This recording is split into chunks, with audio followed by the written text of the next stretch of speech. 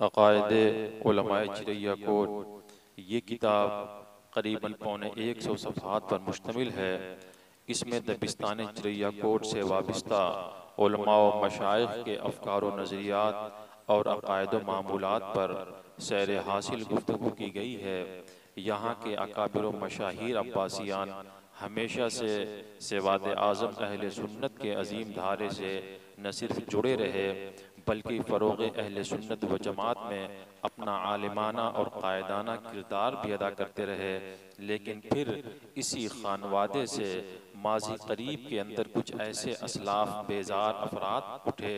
جنہوں نے اپنے عقائد کا ڈانڈا وہابیت سے جوڑ لیا اور اس بات کی بھرپور کوشش میں لگ گئے کہ اپنے اکابر کے عقائد کا سر رشتہ بھی وہابیت سے جوڑ دیں، لیکن خدا کا شکر کہ اس کتاب نے دجل و فریب کا غبار چھانٹ دیا، حقائق اجاگر ہو گئے اور متقدمین علماء چریا کوٹ کے عقائد و نظریات مہر نیم روز کی طرح کھل کر سامنے آ گئے۔ یہ کتاب اردو کے ساتھ ہندی زبان میں بھی شائع ہوئی ہے۔